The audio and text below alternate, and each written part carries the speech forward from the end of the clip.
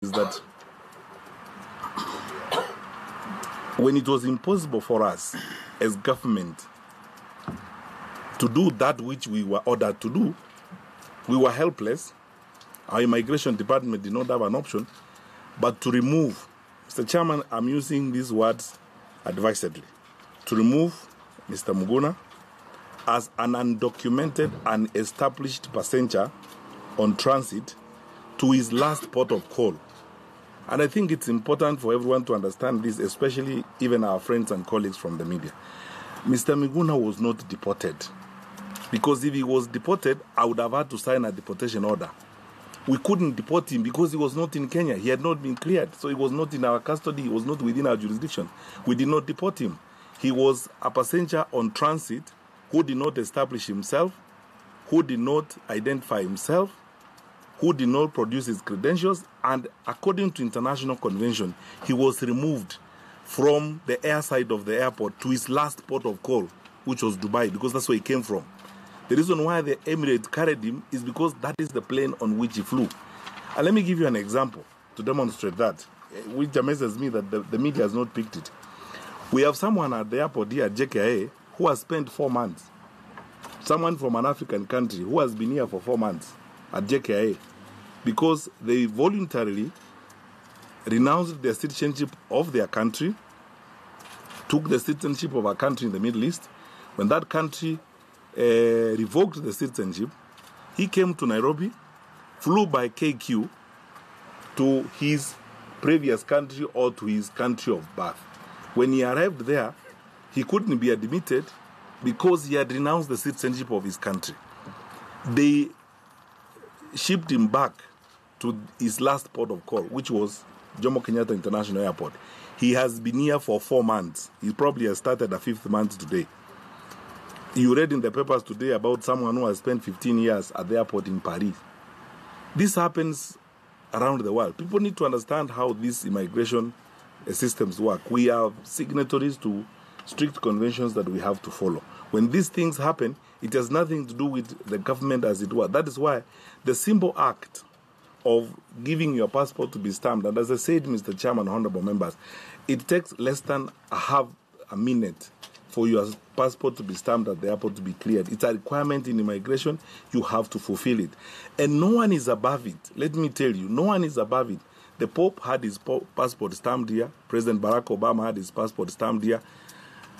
Our own president, His Excellency President Uhuru Kenyatta, had his passport stamped there last night at 7:25 when he arrived from Mozambique. All of you honorable members travel, and when you come back into the country, your passports are stamped there. It doesn't take away your citizenship. It's a very simple act of migration. Last 2 things I would like to say before I invite my 2 colleagues.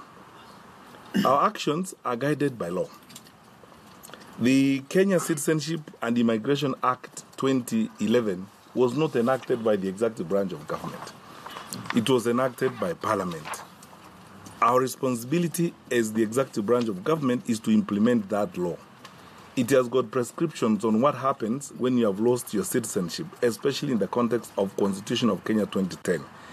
Among the documents we are going to file, Mr. Chairman, honorable members, is a ruling by the Honorable Justice Isaac Renaola on a similar matter, in which Justice Renaola expressed himself clearly that anyone who deceives themselves that when they lost their citizenship before the Constitution 2010 was enacted, and they can gain it without going through the application procedure, is deceiving themselves. The law is in black and white. Since we enacted the law, Mr. Chairman, honorable members, 3,000 Kenyans, since the enactment of the law, 3,000 Kenyans have applied for their citizenship to be regularized. We call regularized because it's not essentially for them to be confirmed as citizens, but it's for their citizenship to be regularized. And by the way, Mr. Chairman, honorable members, they don't have to do that physically by being in Nairobi. Of the 3,000 Kenyans who have applied for regularization of their citizenship, about 2,000 of them in the US, in Canada, in the UK have done so online. They have written online, they have applied online, and they have had it all done. If Mr. Miguna wanted, he would actually do it from Ottawa or Toronto, wherever he is, and he would get it. It's a simple, straightforward process. We took these documents to him to the airport. He tore them. We did all we could in that particular case to fulfill the requirements of the law. Did we comply with court orders and do we comply with court orders? Absolutely, Mr. Chairman. We always comply with court orders. Because there is evidence we have done that. There isn't a time we have been ordered to do something by the court and we haven't done it. In every aspect of this and many other things that we have dealt with, we have almost religiously complied with court orders, even when sometimes we find it very difficult to comply with those orders. But we have no choice. They are court orders, we comply with them. Did we, were we contemptuous of the court? I believe no. And that's why, Mr. Chairman, we have gone to the Court of Appeal this morning on the matter. And we are so dissatisfied with the manner in which this was done that we have filed a complaint through the Office of the Attorney General to the Judicial Service Commission on the manner in which the judicial officers who handled this matter conducted themselves. We were not heard. There was no evidence we were heard. They took decisions based on lies. And at the end of it all, we have been condemned and you have all these shenanigans that you have here. Later on, I will demonstrate to you, and you especially, because you are members who are in charge of our ministry from Parliament. There's something I would like you members to know, and I will do a disservice to the country if I leave this sitting without letting you know that. Our ministry and our sector is the most affected by some of the decisions that are made by a section of the judiciary. The ensuring law and order is a very sensitive matter. On the crackdown on illegal gambling machines, I think I have over 30 or so court orders. On the crackdown on illicit brews, we have nearly 40 court orders. You know, and all these, the bulk of these orders are ex parte. In other words, someone walks into court, comes out with an order, and we have no chance of being heard. In this case of Miguna, of the over 13 or so court orders that have been made on this matter, about 11 of them are ex parte. In other words, we have not had a chance to be heard, you know, where you present your case. Because had the judge, for example, listened to us on Wednesday morning, they would have, for example, learned how difficult it is to get a passenger, like that gentleman who has been there for four months, to get him out of there and take him to court. How would you do it? Because he's on the other side, he has not presented his passport, he has no citizenship, he has nothing. How would you now smuggle him from there and take him to court? And then you're asking the Inspector General of Police to present someone they don't have.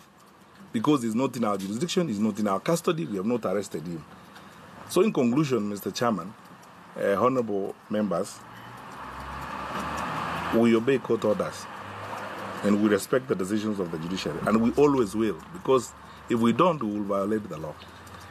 Number two, that, however, imposes responsibilities on us and on our friends in the judiciary. The right to be heard is probably the most basic of all.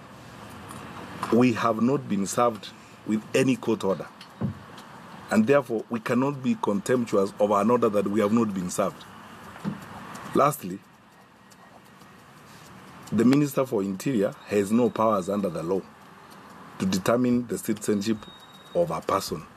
That is why, if you read the Act, it uses language carefully.